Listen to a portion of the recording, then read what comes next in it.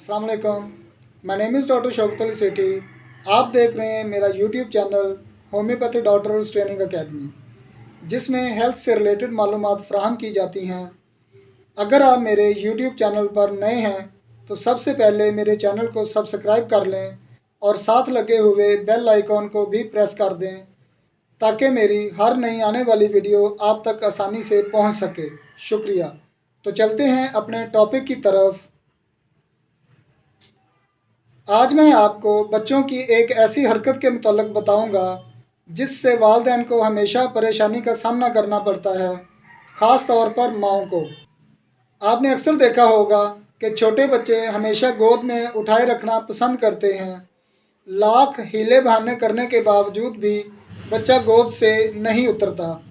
ऐसे ज़िद्दी बच्चों की दवाई कैमोमिला होती है, क्योंकि कैमोमिला के बच्चे सेंसिटिव और इरिटेबल होते हैं।